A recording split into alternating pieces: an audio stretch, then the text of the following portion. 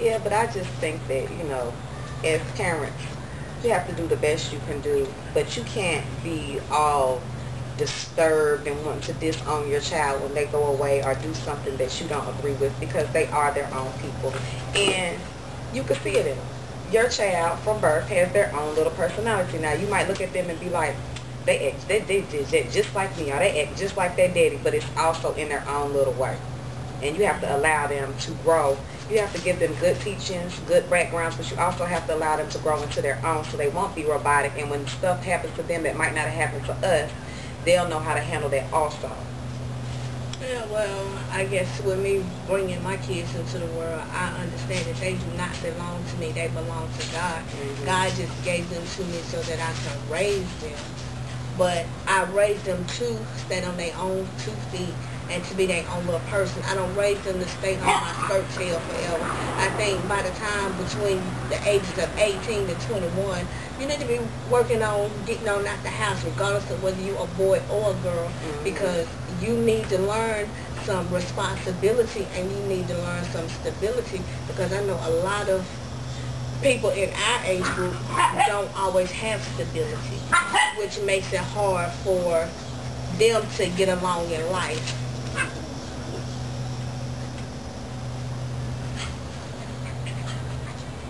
And I think, and I trust my teachings. I did the best that I could. I do not have a problem with letting go. Like I tell my boys, your goal is to date so that you can get married and have some kids. When you take on a wife, your mother and your father no longer comes first. God comes first, then your wife, and then your children. And I always stress to them, because this is my own opinion. I know what I've been through. You need to look at the parents of the person that you're dating. And if they do not have a spouse or do not have a mate or a companion of some sort, you need to be aware of that, because you don't want somebody that's going to keep meddling in you and your girlfriend's business, hopefully your wife or your boyfriend, because I have to teach my daughter that too. Because when parents don't have anything to do, they do tend to meddle in your business, regardless whether they like you or not. Yeah, that's very true. And then also, you want to know, from my experiences, if the person's parents have been in a relationship or have a long-standing relationship, that person is going to know how to handle a relationship better.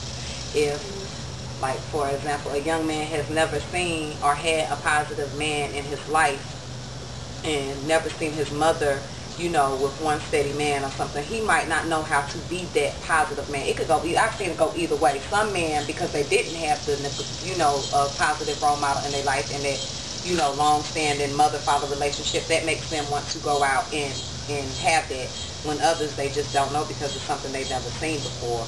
And with females, I mean, if the mom was loose and had men running in and out, and that was a normal way of life from her, 9 times out of 10, it's going to be a normal way of life for the daughter.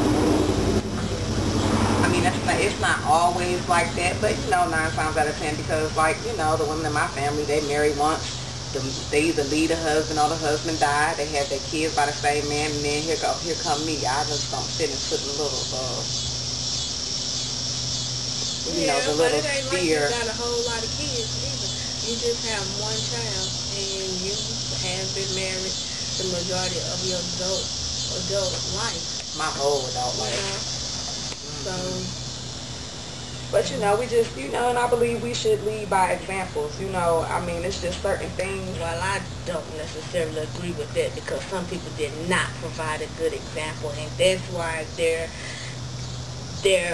sons are not good fathers, and they're not good husbands, and they're not good leaders. And that's why you have some girls that are not good mothers, that are not good nurturers, and they're not good mothers. That's why, I mean, what I meant by saying that was, I believe that as a good parent, you should want to lead, by example. Like, it's certain things that if I don't want my daughter doing, I don't necessarily need to be doing, in front of her. Or, I mean, I'm a party girl. My daughter might be the same way. She might not, but she's going to have to learn how to do it in a certain, with a certain way about her. Just because you just because you're a parent, that does not mean that you totally have to give up your life for your children. It's a way that you fit everything in. Because, you know, I went through issues with that. I didn't start going out until my middle 20s or whatever. But then when I started going out, it always seemed like it was an issue where you don't need to be going out because you did things. Louis. Well, I still have a life too, yeah, because my children are going to grow up, they're going to get into their little girls and their little boyfriends, and they're going to go on and they're going to live their life. But then if I totally stop living my life because I had these kids, then I'm going to be the one stuck with. And you're not going to be a happy parent, so you can't raise happy children. I mean, I had somebody tell me, God bless you, that, you know, I was 23 years old. And I was married, but because I was married, that I couldn't go have a drink with my friends that might have been single. Now, I do admit that when you are married, there are certain ones of your single friends that you might have to let go. You know what I'm saying? But, you know, it doesn't mean that you can't have a drink or you can't go and do this. It's not about Chico, what you do, it's how you do it. And that goes with having kids also. You know, you have your fun. This isn't, you know, the 1930s. We have children young, you know. Well, they had children young back in the 1930s, and they had a whole lot of them. Most of our great-great-great-great-grandmothers had their first child at 12 or 13, you know, and then they went on to have 12 to 16 kids. But see, in this day and time, our parents didn't allow us to get married, so we went on and they still don't. Babies, and then when you do get married, they meddle in your relationship so bad to your relationship don't last that you can't even get it right. But thank God for my mom and her teachers, because at first I thought my mama was being a little bit funny in the beginning of my marriage. I was like, oh, she is really like tripping. And I, you know, talked to her about it. She said, no, it's just that, you know, she explained to me just like what she been teaching me all my life. When you get married, you know, your husband comes first. You know, God comes first, then your husband, and then your children. And I have to back off and give y'all some time to grow together so that y'all can learn, you know. And I really thank God for my mama, because my mama was very, very... She's mad. Can I play that too? Yeah, she's going to be able to dress in it. Yeah, she gonna. When I wash her clothes, and she gonna change her clothes like 2 or 3 times a day.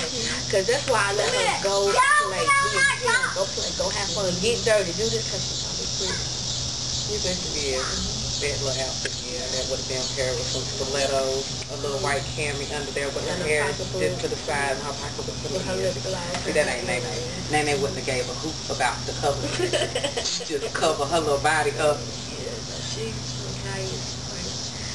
But yeah, Mom, I thank God that I had a good mama, and I'm blessed to have come from a good background.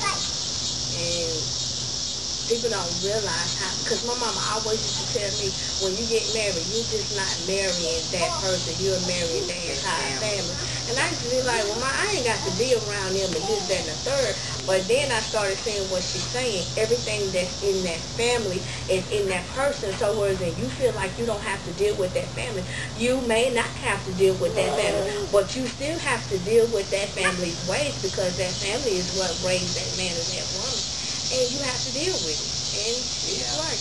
Sometimes that ain't ridiculous. Well, no, you got to, depending on the type of background, you know, depending on the type of background, some things you live and learn. Like my aunt lived, I was used to tell me, you live and you learn. Is that Chico? No, that's Miss Pepper's dog. All right. Cut it out.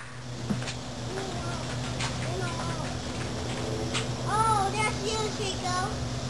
That's you, Chico. My ringer out. No.